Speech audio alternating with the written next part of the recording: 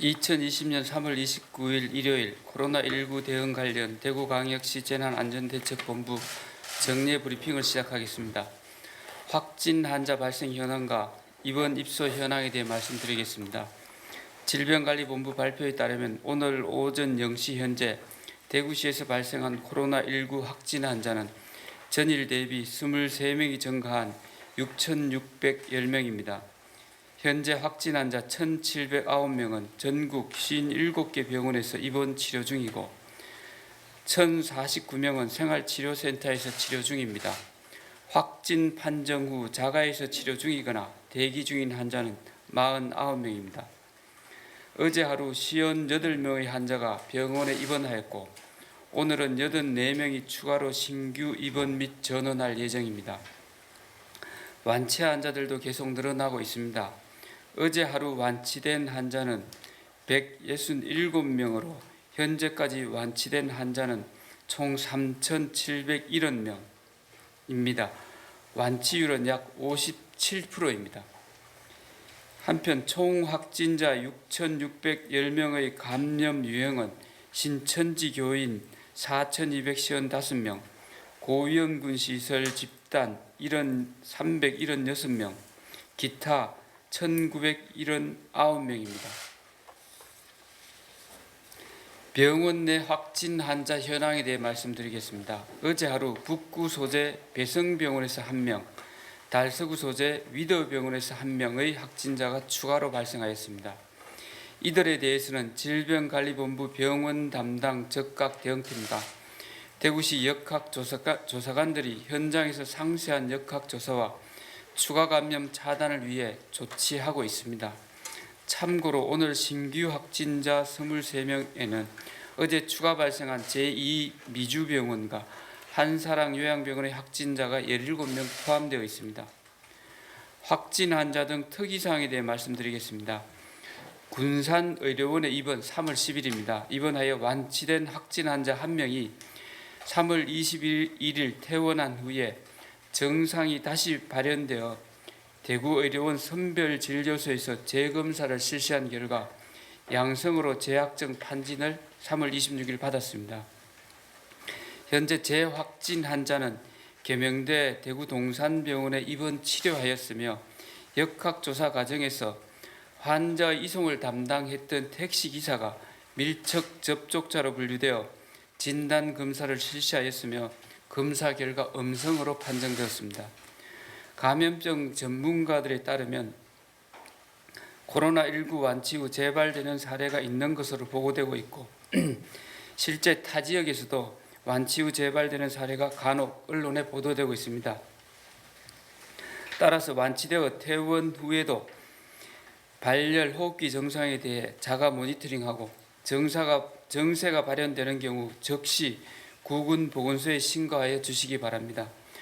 또한 대한가정의학회 대구 경북지회에서 퇴원 환자에 대한 건강관리와 심리상담 프로그램을 실시하여 가족 위기관리 및 성공적인 사회복귀를 돕고 있으며 이를 적극 이용해 주시기를 바랍니다. 사망자 현황과 상세한 환자의 건강상태 관리에 대해서는 대구시 감염병 지원단 김신우 단장께서 역학조사 진행 상황은 김종현 부단장께서 재브리핑이 끝난 후 설명해 드리도록 하겠습니다. 요양병원 및 정신병원에 대한 감염관리 컨설팅 실시 결과에 대해 말씀드리겠습니다. 대구시는 지난 3월 20일부터 28일까지 9개 점검반을 구성해서 요양병원과 정신병원 86개소를 대상으로 컨설팅을 실시하였습니다. 이를 통해 병원별로 감염관리 실태를 파악하여 맞춤형 컨설팅 교육을 실시하였고 코로나19 관련 일일 체크리스트를 확인하고 감염관리의 애로사항 청취 등 의견을 수렴하였습니다. 병원별 컨설팅 결과 미흡한 사항에 대해서는 개선을 권고하고 구군보건소를 통해 모니터링을 강화하는 한편 사후 관리가 어려운 요양병원에 대해서는 관리 수준을 높이기 위해 감염병 전문가와 연계하도록 하였습니다. 해외 입국자 현황에 대해 말씀드리겠습니다. 현재 정부로부터 통보받은 해외 입국객은 208명입니다. 이 중 187명에 대해서 진단 검사를 실시하여 152명의 음성 판정을 받았으며 1명은 양성 판정을 받았고 34명은 결과를 기다리고 있는 중입니다. 나머지 93명은 진단 검사를 실시할 예정입니다. 유학이나 여행 등의 이유로 외국에서 들어오신 분들은 바로 2주간의 자가격리 의무를 반드시 지켜주시고 발열, 기침 등의 증상이 있을 경우 1339 콜센터나 보건소에 연락한 후 안내에 따라 선별진료소에서 진단검사를 받아주시기 바랍니다. 생활치료센터 관리 운영에 대해 말씀드리겠습니다. 대구시에서는 경증으로 분류된 확진 환자의 치료시설로 사용하기 위해 3월 2일부터 생활치료센터 14개소를 운영하여 왔습니다. 최근 완치되어 퇴소하는 환자가 지속적으로 증가함에 따라 3월 27일 천안 우정연수원, 3월 28일 경북대 대학교 기숙사의 생활치료센터 사용을 종료하였습니다. 그리고 오늘 제천국민연금공단 청풍리조트를 3월 31일 7곡 한티 대구 대교구 피종의 집 사용을 종료함으로써 앞으로 10개의 생활치료센터를 운영하게 됩니다. 그동안 생활치료센터 확충에 어려움을 겪었던 대구시를 위해 기꺼이 사용을 허락해 주신 충청북도, 충청남도, 경상북도 도민 여러분과 관계자 여러분들께 이 자리를 빌려 다시 한번 감사를 드립니다. 대구 시민 여러분, 대구에서 코로나19 첫 확진자가 발생한 지 40여일이 지났습니다. 밀폐된 장소에서의 모임이나 외출을 자제해 주시고 손 씻기 등 개인 위생 수칙을 철저히 준수해 주실 것을 당부드립니다. 코로나19 위기 극복을 위해 시민 여러분들께서 조금만 더 참아주시기 바랍니다. 아울러 코로나19와의 전쟁터에서 감염 위험을 무릅쓰고 사명감으로 환자들을 돌보며 헌신하고 계시는 병원 의료진과 사회복지시설, 요양병원 종사자 여러분의 노고에 진심으로 감사를 드립니다. 어려운 상황에서도 여러분의 헌신으로 환자들께 지속적인 치료를 받고 계십니다. 의료진과 시설 종사자 여러분들께서도 조금만 더 힘내주실 것을 다시 한번 부탁드립니다. 감사합니다. 예, 이어서 환자 건강 상태와 역학조사 진행 상황에 대해 김신우 단장님과 김종년 부단장님께서 차례로 설명드리겠습니다. 네, 어제 0시 기준으로 안타깝게 6분의 사망자가 계십니다. 99번째 대구에서의 사망자는 여자 82세입니다. 기저질환으로 뇌출혈, 편마비, 당뇨, 심부전이 있으셨습니다. 대실요양병원에 2000년 2월 11일부터 입원 중 있으셨고 3월 20일 날 코로나 검사에서 확진 받으셨고 3월 21일 날 대구의료원에 전원 가셔서 치료 중 3월 28일 00시 11분에 사망하셨습니다. 100번째 대구에서 사망하신 분은 여자 88세입니다. 기저에 치매, 고혈압, 뇌졸중이 있으십니다. 한사랑요양병원에 18년 9월 2일부터 입원하고 계셨고 3월 18일 확진되었고 3월 19일 대구의료원으로 전원 가셨습니다. 지금까지 치료 중 3월 28일 06시 18분에 사망하셨습니다. 101번째 대구에서의 사망자는 여자 84세입니다. 기저로 치매, 당뇨, 심근경색, 심부전 등이 있으셨고 대실요양병원에 18년 4월 18일부터 입원하고 계셨고 3월 20일 날 확진을 코로나 검사에서 받으셨습니다.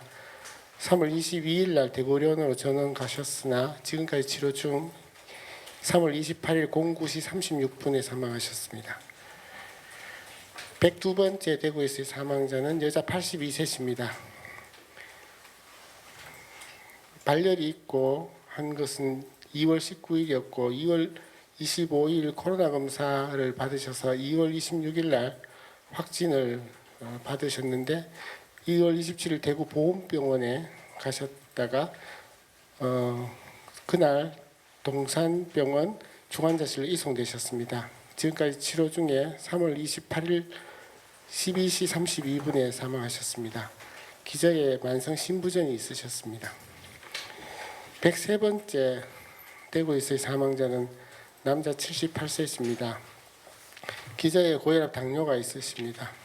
3월 1일 설사, 가래 등이 있었고 파티마 병원 호흡기 진료소를 내원했고 3월 4일 날 방문했는데 그날 진단을 받으셨습니다. 파티마 병원에서 치료를 하던 중 3월 28일 17시 16분에 사망하셨습니다. 104번째 대구에서의 사망자는 여자 87세입니다. 치매, 고혈압, 당뇨가 있으십니다. 한사랑 요양병원에 입원 중 3월 18일 날 확진을 받으셨고 3월 19일 날 대구의료원 전원 가셔서 치료 중 3월 28일 22시 08분에 사망하셨습니다. 사망자들을 보면 이렇게 요양시설에 계시거나 하다가 전원 가서 치료 중에 사망하시는 분이 많고 초기에 진단을 받으셨으나 지금까지 쭉 치료 중에 병을 이기지 못하고 사망하시는 분이 간혹 있으신 상황입니다. 인공호흡기 치료 중인 사람은 최고 44명까지 올라간 적이 있으나 지금은 36명이 받고 계시고 에크모는 10명이 받고 계십니다. 지금은 병실이 없어서 집에서 기다리는 분은 안 계시고 열심히 치료함에도 불구하고 이렇게 기저질환, 고령 그리고 일찍부터 치료하시던 분의 사망이 좀 많으신데 우리가 이분들에 대해서 핵심적으로 초점을 맞추고 찾아내고 치료하고 하는 것들을 계속 해야 될 것 같습니다. 이상입니다. 네, 역학조사 주요 결과에 대해서 말씀드리겠습니다. 3월 28일 0시 기준 추가로 확진된 78명에 대한 역학조사 결과 신천지나 신천지 관련 접촉자는 없으며 기타 확진자의 접촉자가 68명, 해외여행 관련 확진자가 1명, 역학조사 중이거나 불명이 2명입니다. 검사 경로별로는 접촉자 조사를 통해서 70명, 요양기관 전수조사를 통해서 1명이 확진되어졌습니다. 어제 하루 동안 실시된 역학조사 주요 결과에 대해서 말씀드리겠습니다. 먼저 배성병원에서 어제 환자 1분이 추가로 확진되어져서 총 환자 9분, 그 다음에 종사자 6명, 누적 15명이 확진되었습니다. 이 기관 외에 추가로 확진되어진 기관은 없습니다. 제2미주병원에서 어제 총 75명, 누적 75명, 종사자 1명, 환자 74명이 확진되어졌습니다. 제2미주병원은 다시 자세하게 설명을 드리도록 하겠습니다. 해외 유입 사례 한 건에 대해서 말씀드리겠습니다. 해외 유입 사례는 남자 40세로 3월 3일 폴란드에서 귀국하였습니다. 이분은 3월 23일 남자 71세의 확진 이후 역학조사 결과 이분의 아들에게서 3월 8일부터 의심 증상이 발생한 것을 확인하였고 추가 실시한 아들 역시 확진되었습니다. 아들의 감염 경로를 추적하던 중 3월 4일 해외에 출장을 다녀온 남자 40세 분과의 접촉력을 확인하였고 어제 확진 검사 결과 최종 양성 판정되었습니다. 다음은 제2미주병원에 대한 역학조사 결과에 대해서 말씀드리겠습니다. 먼저 환자는 총 74분 확진되어진 환자분에 대해서 전원 입원 조치되었습니다. 대구의료원으로 총 42분, 상주 적십자로 17분, 국립정신건강센터로 14분, 칠곡 경북대학교 병원으로 1분으로 입원되었고 종사자 1분은 대구의료원으로 입원하였습니다. 환자를 제외한 접촉자와 환자들은 대부분 9층에서 50명이 발생하였고 8층에서 23명, 그 다음에 12층에서 1명이 발생하였습니다. 대부분의 환자가 나온 8층과 9층은 코호트 격리를 실시하고 있고 종사자인 간병인이 담당하였던 1204호와 1205호 환자들도 저희가 별도로 코호트 조치를 할 예정입니다. 그리고 12층에서 나온 확진자는 간병인이 돌보았던 1205호에서 발생하였습니다. 저희가 각 층별로 건물 외부로 향하는 배기 장치를 확인한 결과 특별하게 각 층별로 작동하고 있는 공조 시스템을 확인하지 못하였고 건물 외부로 작동하는 배기 장치가 있으나 제대로 작동하지 않는 것으로 확인하였습니다. 정신과 환자의 특성상 창문을 열면 외부로 물건을 던지는 특성이 있어서 창문을 열지 못하는 상황이어서 내부의 환기가 어려운 상황이라고 합니다. 그리고 같은 건물에 있는 1층 약국과 동물병원에 대한 종사자는 전원 검사 결과 음성이 확인되었습니다. 내일 다시 환자와 종사자에 대한 전수조사를 실시할 예정입니다. 이상입니다. 예, 질문 받도록 하겠습니다.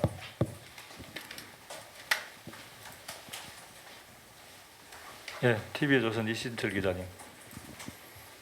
네, TV조선 이심철입니다. 대구에서 의료진 감염이 121명으로 파악됐고 이 중에 신천지 교인이 34명으로 나왔는데 혹시 파악된 정확한 숫자 한번 다시 좀 알려주시고요. 그리고 의료진 중에 신천지 교인 같은 경우는 지금 정상적으로 업무에 복귀를 했는지 아니면 혹시 별도의 규정에 따르고 있는지를 좀 알고 싶습니다. 어제 이 발표 내용은 질병관리본부에서 질의응답 중에 발표한 걸로 알고 있습니다. 저희들이 자세히 살펴본 바에 의하면은 121명 중에 6명 정도는 타 지역에 근무하는 사람으로 알고 있습니다. 타 지역에 근무하는 분으로 알고 있고 신천지 교인은 현재 33명으로 저희들이 알고 있고요.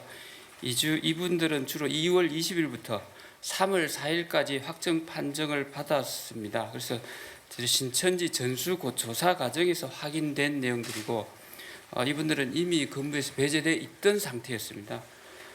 다만 한 분이 한 사람 요양병원 간호사 한 분은 2번에 걸쳐서 음성 결과를 받았고 아마 내부적으로 그 추가 검사 과정에서 확진 받은 걸로 저희들 알고 있습니다. 현재 질병관리본부에서는 감염 경로라든가 뭐 여러 가지 문제에 대해서 분석하고 있는 것으로 알고 있습니다. 다만 저희 대구시 입장에서는 2월 18일 최초로 이 확진자가 발생한 이후에 대구에는 수백 명씩 하루에 수백 명씩의 확진자가 발생되고 있었습니다. 이 과정에서 대구에 계신 의료진뿐만 아니라 전국에 오신 굉장히 많은 의료진께서 희생과 헌신을 해주셨습니다. 굉장히 많은 감염의 위험에도 불구하고 헌신해 주시는 데 대해서 저희들은 감사드리고 다시 한번 그분들의 노고가 인정되는 계기가 되었으면 한다는 바람입니다. 예. 이분들 지금은 다 업무를 하고 계십니까? 지금 현 시점에서? 뭐 저희들이 다시 한번 파악해봐야 됩니다만은 일부는 아직도 병원에 있거나 아니면은 센터에 치료 중일 거고 일부는 모르겠습니다. 저희들 한번 확인해서 알려드리겠습니다. 예, 다음 질문하실 분. 경향신문 백경렬 기자님. 네, 경향신문 백경렬 기자입니다. 김종현 부단장님께 질문 좀 드리겠습니다. 제2 미주병원 관련해서 역학조사 관련인데요. 그래서 미주병원 최초의 그 정신병원 전수조사가 23일부터 지금 26일 정도까지 된 걸로 알고 있는데 당시에 그 24곳 중에서 그 종사자들만 전수조사한다고 일단 들었거든요. 그래서 종사자가 나오면은 환자도 전수조사한다 이렇게 얘기를 하셨는데 그때 당시에 제가 질문을 드렸는데 혹시 기억하실지 모르겠습니다. 그 청도 대남병원에서도 환자가 외부 접촉했던 사실을 좀 속였던 경우가 있었는데 그래서 좀 감염이 되는 그런 걸로 좀 드러났잖아요. 그래서 이번 경우에도 미주병원도 그럴 가능성에 대해서 충분히 있을 것이다라고 얘기를 했었고 방역당국에서도 그런 부분을 고려를 해서 검사를 하겠다고 얘기하셨거든요. 그래서 미주병원 같은 경우에는 어떻게 최초에 인지를 하게 됐고 환자에 대해서 조사가 왜 이렇게 좀 늦어졌는지 그런 부분이 좀 궁금하고요. 그리고 알기로 24곳 가운데 대구 29곳 가운데 17곳을 전수조사하는 걸로 알고 있는데 7곳이 지금 제외된 거잖아요. 이게 왜 제외됐고 24곳 중에서 이런 특이점을 파악을 했으면은 환자에 대해서 좀 조사가 이루어진 곳이 있을 것 같거든요. 이루어진 곳이 있는지 그 부분도 궁금합니다. 7곳이 배제된 거에 대해서는 제가 파악해서 다시 말씀을 드리겠습니다. 일단 제2미주병원 같은 경우에 최초에 대실병원에서 이 확진자가 나오는 게 3월 18일입니다. 3월 18일이고 저희가 대실에서 확진자가 다량으로 이렇게 확진되어진 날 저희가 최초의 제2미주병원에 대해서 추가적인 역학조사를 해야 된다는 것을 인지를 하고 있었습니다. 당시에 저희가 이제 전체 환자와 그다음 종사자 전체를 바로 실시하려고 하였으나 당시 이 제2미주병원의 운영 상태가 폐쇄병동으로 되어져 있어서 일단 이제 저희가 이 검체를 할 수 있는 역량들을 다 이렇게 쏟아부을 수 없는 상황이었기 때문에 일단은 종사자의 검사를 먼저 통해서 유증자가 나오는지 확진자가 나오는지를 확인한 이후에 저희가 추가적인 검사 여부를 판단하기로 했던 겁니다. 그래서 일단 확진 검사 결과는 음성으로 나왔고 그 이후에 저희가 환자에 대한 추가적인 유증상 여부를 모니터링한 결과 25일 날 저희가 3명의 환자가 증상이 있다는 것을 인지하였고 3명에 대해서 확진 검사를 실시, 1명이 26일 날 확진되었습니다. 그래서 다시 종사자와 환자 전원에 대한 전수조사를 실시한 것이라고 말씀드리겠습니다. 제가 드리는 말씀은 24곳 전수조사 방침을 밝혔을 때 그 환자에 대해서 좀 우려스러운 목소리가 있었잖아요. 제2미주병원, 그러니까 크게 두 가지입니다. 제2미주병원에 대해서 그 외부 접촉 기록을 확인하셨는지 그 부분하고요. 넓혀서 24곳 가운데 특이사항이 나온 게가 있고 그 추가 검사가 이루어진 부분이 있는지 그 부분을 여쭙는 겁니다. 제2미주병원 같은 경우에는 이번 면회 명부라든가 출입한 분의 명단을 저희가 확보를 하고 있고요. 그 다음에 그 내용은 제가 확인해서 다시 말씀드리겠습니다. 그리고 어제 CCTV는 저희가 어제 현장에 이 역학조사 팀이 가서 확인을 했는데 어제는 저희가 확인을 할 수 없는 상황이었습니다. 그래서 다시 저희가 추가로 오늘 확인할 예정입니다.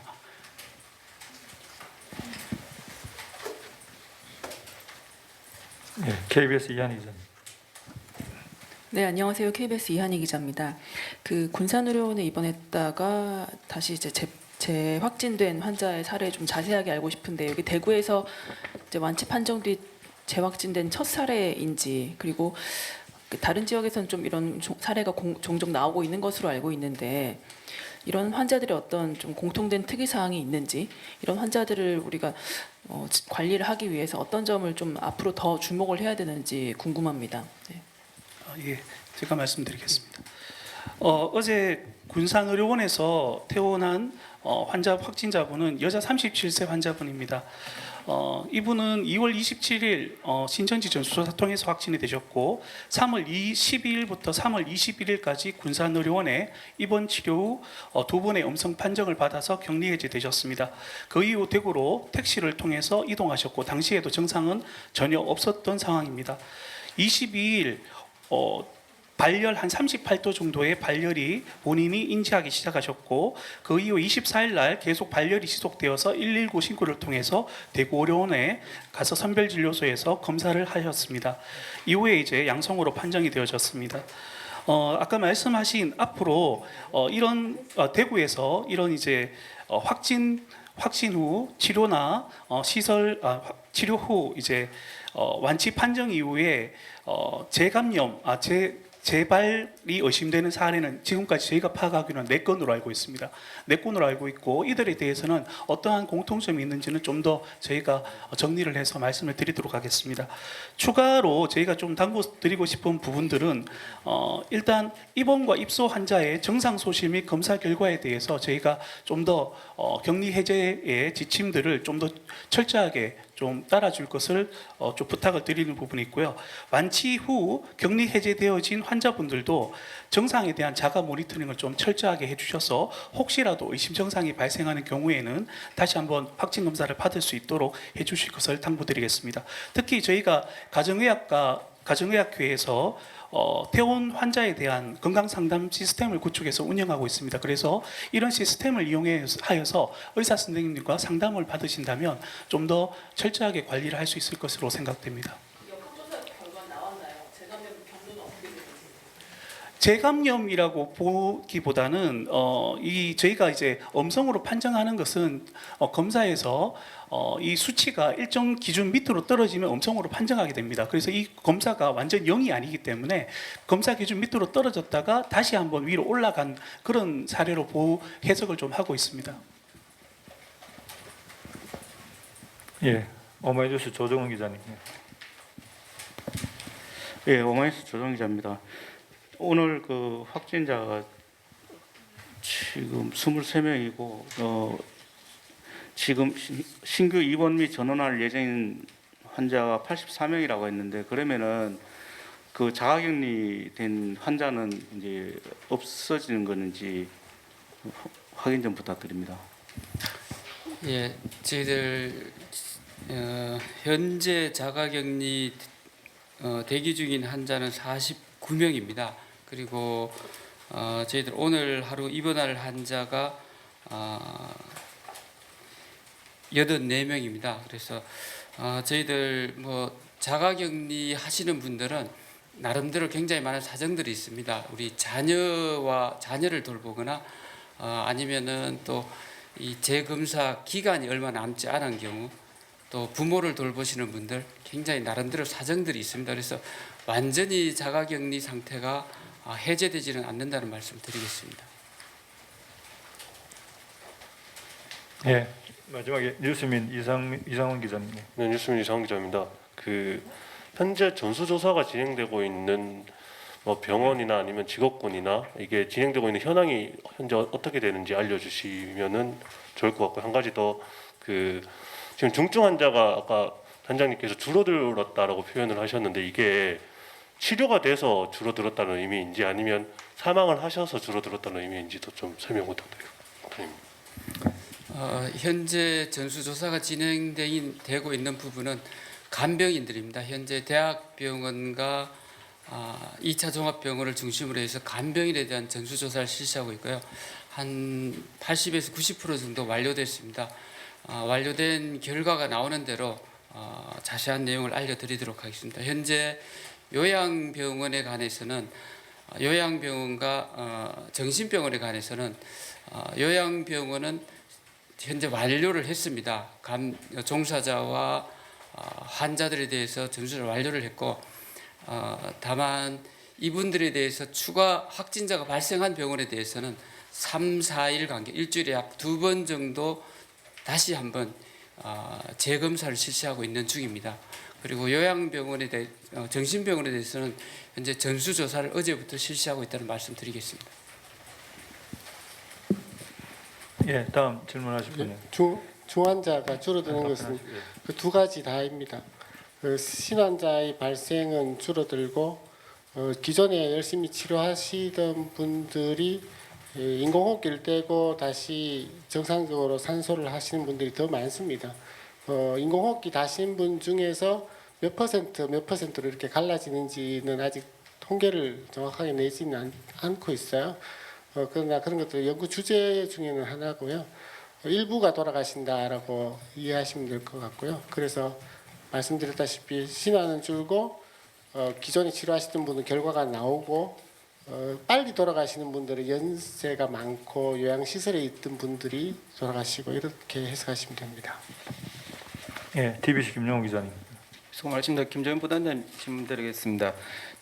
제2미주병원 역학조사 결과 말씀하셨는데요. 그 환자 분포 말씀하셨는데 좀 약간 상세하게 설명 부탁드리고요.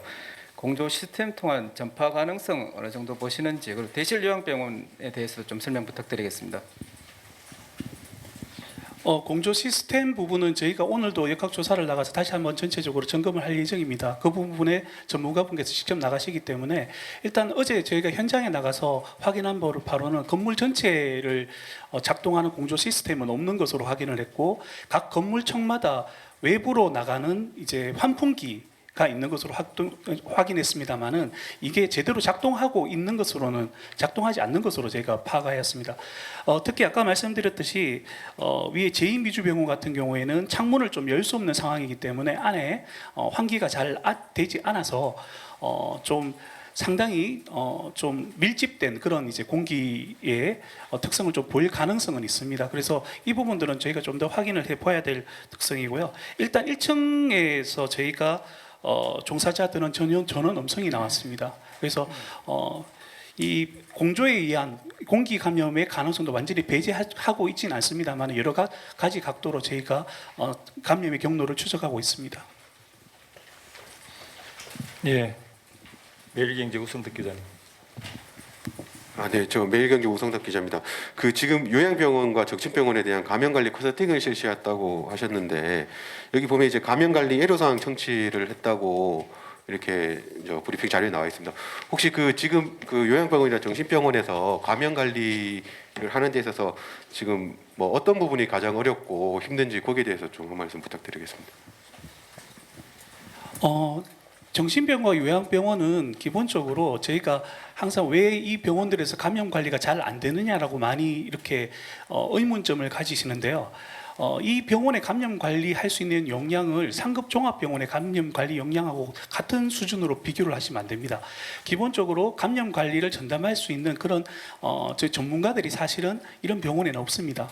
없을 뿐만 아니라 환자의 특성상 환자분들이 와병 상태에 계신 분들이 많거나 아니면 정신과 병원 같은 경우에는 개별로 이렇게 침상이 아닌 이런 이제 바닥 같은 데서 생활하는 뭐 그런 분들도 있고 병상 운영의 특성상 이분들이 밀접 접촉이 될 수 있는 그런 구조가 굉장히 많습니다. 특히 요양병원은 간병사들이 이 환자들에 대해서 여러 가지 요양 서비스를 하는 과정에서 상당한 수준의 밀접 접촉이 발생하고 있습니다. 그렇기 때문에 다른 병원에 비해서 이 감염 관리가 좀 취약하다고 볼 수가 있을 것 같습니다.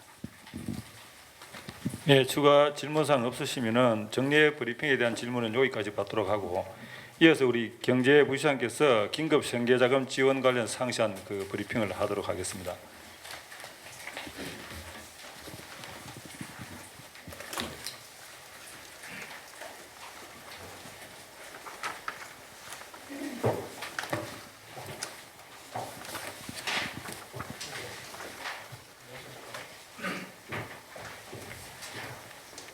안녕하십니까. 대구시 경제부시장 이승호입니다. 코로나19로 인해서 어려움을 겪고 있는 우리 시민들의 생활 안정과 지역경제 활성화를 위한 대구광역시 긴급 생계자금 지원 사업이 내일 3월 30일자로 공고됩니다. 이에 따라서 긴급 생계자금 지원에 대한 시민 여러분들의 이해를 돕기 위해서 지원 내용, 지원 대상, 신청 방법, 지급 방식, 이 신청에 대해 상세하게 안내 말씀을 드리도록 하겠습니다. 먼저 긴급 생계자금 지원은 대구광역시 의회와 구군의 의견을 수렴하고 전문가들의 자문을 받아서 시행한다는 말씀을 드립니다. 지원 내용에 대해서 말씀드리겠습니다. 긴급 생계자금은 세대 원수에 따라 1인 세대 50만 원, 2인 세대 60만 원, 3인 세대 70만 원, 4인 세대 80만 원, 5인 이상 세대 90만 원 등 세대 원수에 따라 차등 지원됩니다. 지원 대상에 대해서 말씀드리겠습니다. 공고일인 3월 30일 0시 현재 대구광역시에 주민등록을 둔 기준 중위소득 100% 이하에 해당하는 건강보험료를 납부하는 세대가 지급 대상 세대가 되겠습니다. 중위소득 100% 이하 건강보험료 기준표는 세대별로 배분되는 안내문과 시와 구군 홈페이지에 게시되는 공고문이나 안내문을 통해서 확인하실 수 있으니까 참고하시기 바랍니다. 다음은 지원 대상에서 제외되는 사례에 대해서 말씀드리겠습니다. 기준 중위소득 100%를 초과하는 세대는 제외됩니다.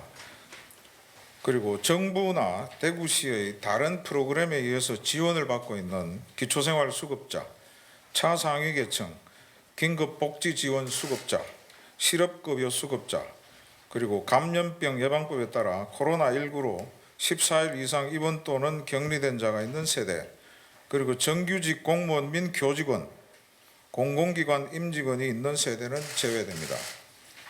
신청 방법에 대해서 말씀드리겠습니다.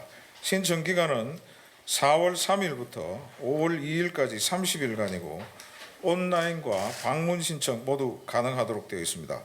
그러나 정부의 사회적 거리두기 강화 지침에 따라서 방문 신청은 4월 6일 월요일부터 시작되니 착오 없으시기 바랍니다. 다시 한번 말씀드립니다.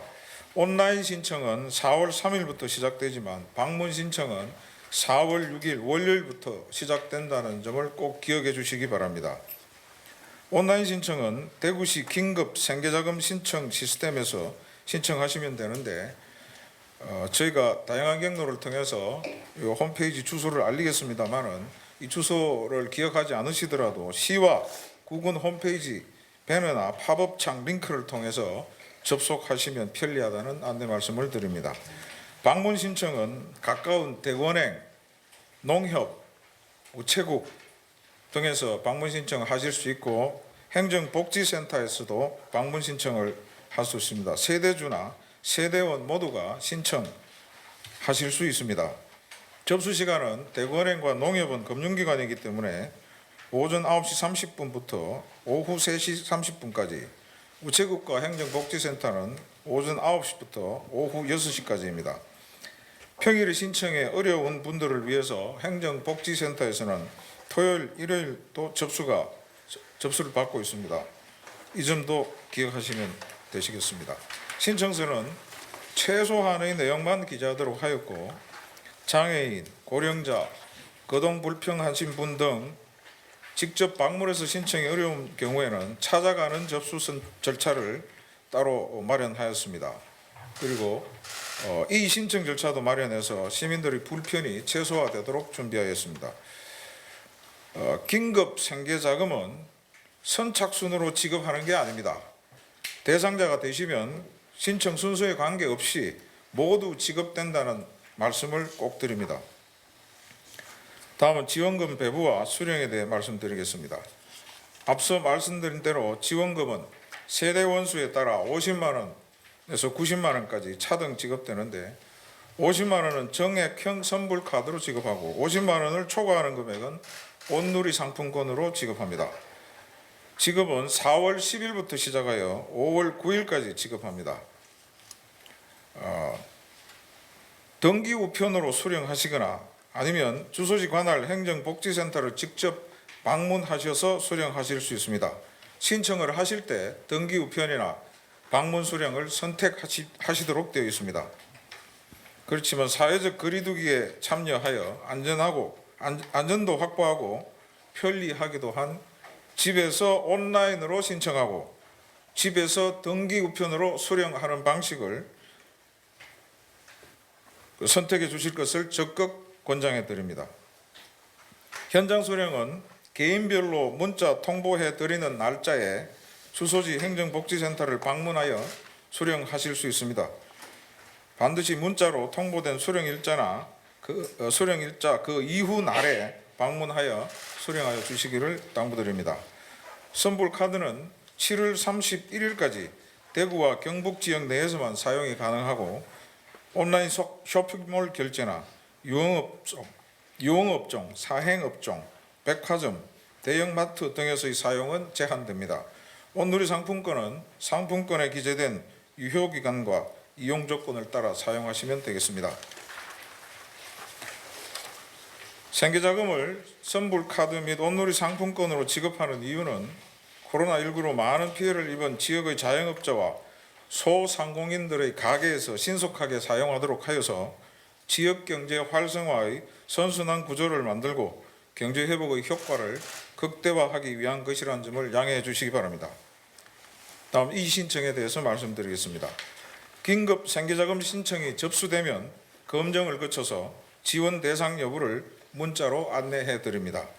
대상에서 제외된 분들은 4월 10일부터 5월 19일까지 대구시 긴급 생계자금 신청 시스템이나 당초 온라인으로 신청하신 시스템을 말씀드리는 겁니다. 긴급 생계자금 신청 시스템이나 긴급 생계자금 콜센터 803-8700번 그리고 120-9벌 콜센터를 통해 이 신청을 하시면 되겠습니다. 이 신청하신 분들에 대해서는 재검증을 하고 코로나19 서민경제지원위원회 심사를 거쳐서 결정된 결과를 문자로 통보해 드리도록 하겠습니다. 다음은 긴급 생계자금 관련 콜센터 운영에 대해서 말씀드리겠습니다. 대구시는 긴급 생계자금과 관련하여 시민들의 궁금한 점을 신속하게 해결하고 앞서 말씀드린 이 신청도 받기 위해서 긴급 생계자금 콜센터를 운영합니다. 궁금하신 점은 콜센터 803-8700번으로 문의하시고 기존 120-9벌 콜센터를 통해서도 상담이 가능합니다. 존경하는 대구 시민 여러분, 이번 긴급 생계자금 지원은 코로나19로 어려운 서민들의 삶을 지키고 무너져가는 지역 경제도 회생시켜서 궁극적으로 우리 대구 공동체를 지키기 위한 것입니다. 우리 대구시는 시민 불편을 최소화하면서 꼭 필요한 사람에게 지급되고 그 파급 효과가 극대화되도록 최선을 다하겠습니다. 향후에 긴급 생계자금 외에도 소상공인들을 위한 생존자금과 취약계층 고용특별지원대책 등 추가 대책들도 정부 지침과 예산 내시가 내려오는 대로 신속하게 집행될 수 있도록 준비하겠다는 말씀을 드립니다. 시민 여러분, 조금만 참고 힘을 냅시다. 마지막으로 감염 위험성과 혼잡을 피하기 위해 가급적 온라인 신청을 활용해 주시고 방문 신청 시에도 그동안 보여주신 높은 시민의식을 다시 한번 발휘하여 사회적 거리 두기를 꼭 실천해 주실 것을 당부드립니다. 이상입니다. 감사합니다. 예, 궁금한 사항에 대해서 질문 받도록 하겠습니다. MBC 권윤수 기자님. 네, 안녕하세요. MBC 권윤수 기자입니다. 네, 오늘 그럼 발표대로라면 4월 10일부터 등기 우편 발송과 현장 수령이 가능하게끔 진행을 4월 3일, 4일, 5일, 4월간은 온라인 예, 신청이 네, 가능하고요. 4월 6일부터는 온라인과 오프라인 신청이 모두 가능하게 됩니다. 네, 지급을 말씀드리는 겁니다. 4월 10일부터 이제 지급이 지금은 가능- 4월 예. 10일부터 근데 당초 이제 발표로는 4월 9일에 그 카드가 도착하는 수량이 2만 개 정도밖에 되지 않아서 그러면 10일부터 이제 현장 수령 혹은 등기 우편 발송이 2만 개만 가능한지 그거 확인 좀 부탁을 선불 드리고. 카드는 저희가 지금 대구은행, BC카드사 그리고 공카드를 만드는 회사까지 저희들이 일일이 방문해서 최대한으로 공급을 받기 위한 노력을 하고 있습니다. 아시다시피 이 선불 카드는 마스크하고 상황이 좀 비슷합니다. 우리나라에 선불 공카드를 만드는 회사가 5군데밖에 없습니다. 그런데 서울시도 선불 카드를 일부 지급하고요. 다른 광역자치단체, 더구나 복지부에서 이번에 기초생활수급자나 차상위 계층에 지급하는 상품권 또 절반이 선불 카드입니다. 이렇게 수요가 한꺼번에 몰리다 보니까 선불 카드를 확보하는 데 상당히 한 애로사항이 있고 저희들이 비교적 일찍 지불을 시작하기 때문에 지금 최대한으로 확보해서 시민들께 드릴 수 있도록 준비하고 있다는 말씀을 드립니다. 2만 장이라는 말씀은 당초에 이제 하도 이제 날짜를 당기지를 않고 선거일 이후에 지급을 한다 이런 게 지역에 이슈가 됐었기 때문에 그 당시에 저희들이 선불카드 수급 상황을 파악을 했을 때 8일이나 9일쯤 2만 장 정도가 되겠다 이런 말씀을 우리 공급하는 측으로부터 들어서 2만 장이라고 이야기를 했고요. 지금 저희들은 아직 2만 장이다 이렇게 단정 지을 수는 없고 최대한 그 이상으로 확보할 수 있도록 노력하고 있다는 말씀을 드립니다. 또 한 가지 질문이 있는데요. 그 이제 이번에 지원하는 금액이 한 7천억 원 정도가 그렇죠. 그 아직 1차 추경에서 지원금이 책정이 되어 있는데 이제 2차 추경을 하려면 이제 정부에서 내시가 내려와야 하잖아요. 예. 며칠 전에 듣기로는 내시가 구체적으로 내려왔다고 들었는데 혹시 그게 그렇지 왔는지 않습니다. 그랬습니까? 지금 상당한 어려움을 겪고 있는 자영업자분들의 그 회복을 위한 그 시장님께서 말씀하신 내용으로는 이제 생존 자금이죠. 그거는 이번 추경에 중소기업 벤처 부여의 국비 예산으로 잡혀 있습니다. 그게 1,970억 정도 되는데요. 그게 이제 어떻게 사용할 건 보통 국회에서 추경이나 본 예산이 통과되면 그 예산을 어떻게 사용하라는 지침까지 만들어서 돈이 이렇게 내시가 됩니다. 근데 아직 이제 그 돈을 사용하는 데 있어서 중앙부처에서 부처 간에도 이견이 좀 있는 것 같고요. 저희는 특별재난구역이지 않습니까? 그러니까 피해를 입은 그 점포나 이런 데를 특정하기가 상당히 어렵습니다. 대부분 한꺼번에 다 피해를 입은 거죠. 그래서 저희는 소상공인이나 자영업자들께 그 자금을 일률되게 이렇게 지급하는 방식을 정부에다 건의를 했습니다. 그런데 중앙정부에서는 예산을 쓸 때는 또 정해진 절차에 따라 써야 된다 이런 생각을 하고 계셔서 아직 기획재정부나 이런 중앙부처 간에 협의가 진행 중인 걸로 알고요. 조만간에 그 협의가 종료되면 지침과 함께 그 예산이 내시될 걸로 이렇게 저는 기다리고 있습니다. 그래서 이번에 저희가 생계자금 지원과 관련해서 홍역을 한번 겪었기 때문에 돈이 내려오기 전에 저희가 그 플랜 A, 플랜 B 이런 식으로 만들어서 이런 식으로 내려오면 이렇게 준비하고 이런 식으로 내려오면 이렇게 준비하고 하는 그 과정을 꼼꼼히 지금 준비를 하고 있어서 내시만 되면 이번 생계자금하고 달리 조금 신속하게 집행이 될 수 있도록 준비하고 있다는 그런 말씀을 드립니다. 예. KBS 이한희 기자입니다. 네, 안녕하세요. KBS 이한입니다. 그 수령 시 집에서 등기 우편으로 수령하는 거랑 방문 수령하는 거랑 날짜 차이가 있습니까? 우편으로 받으면 더 빨리 받을 수 있습니까? 그러니까 저희는 이제 카드 수급 사항도 있고 해서 10일 날 우편으로도 수급 신청하신 분도 10일 날 받을 수 있고 또 10일 날 현장에서도 받을 수 있도록 동일 날 받을 수 있도록 준비를 합니다. 그래서 우편으로 10일 날 받으시려면 저희가 늦어도 9일 날은 발송을 해야 되죠. 그래서 우편부는 하루 일찍 준비해서 발송을 해서 10일 날 받으실 수 있도록 그리고 현장을 방문하시는 분들은 10일 날 현장을 방문해서 받으실 수 있도록 이렇게 준비를 하고 있습니다. 예, 경향신문 백경열 기자님. 네, 수고하십니다. 경향신문 백경열 기자입니다.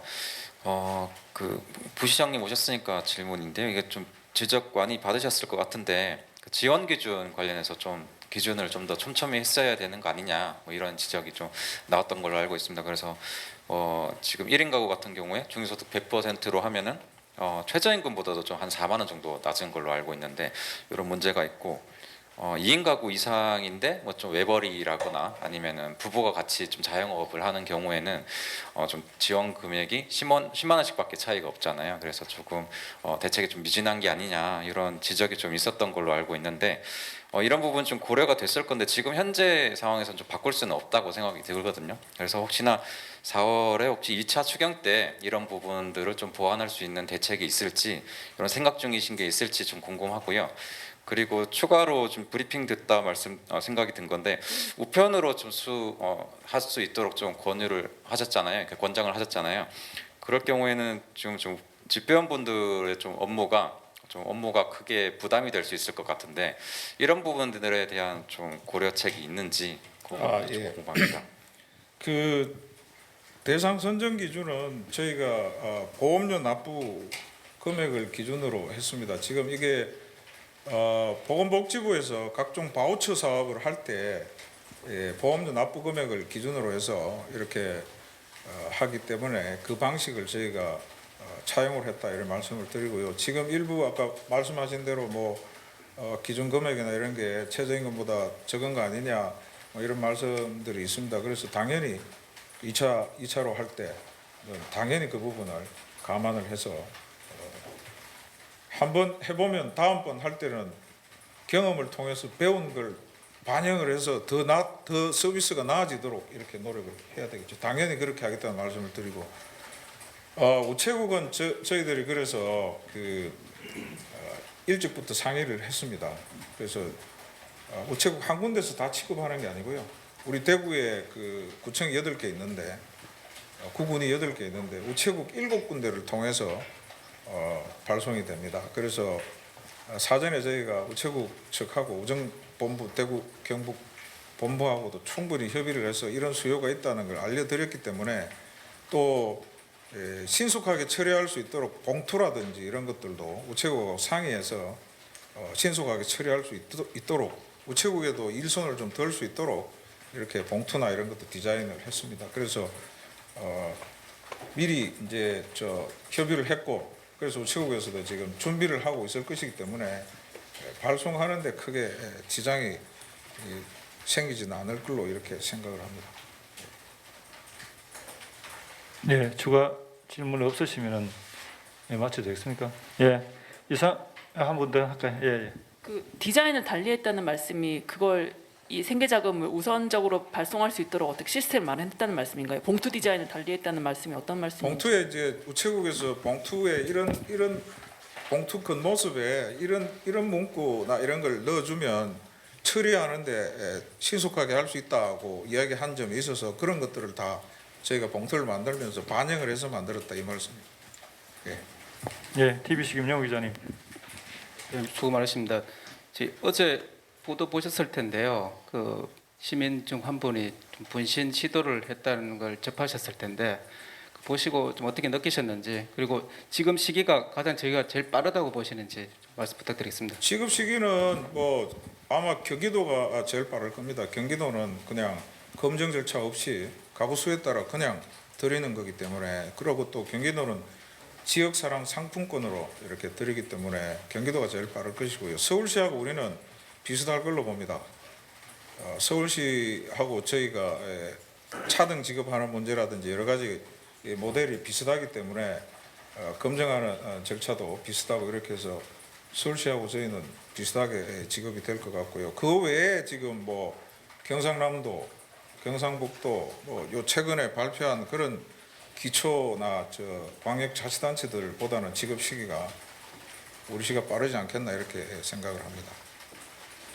예, 이상으로 긴급 생계자금 지원 관련 브리핑을 모두 마치도록 하겠습니다. 그 집에서 신청하고 집에서 받기 요걸 좀 강조를 해주시면 우리 코로나19 지금 감염병 전염과 관련해서 크게 도움이 될 수 있겠습니다. 그 점 꼭 좀 부탁드리겠습니다.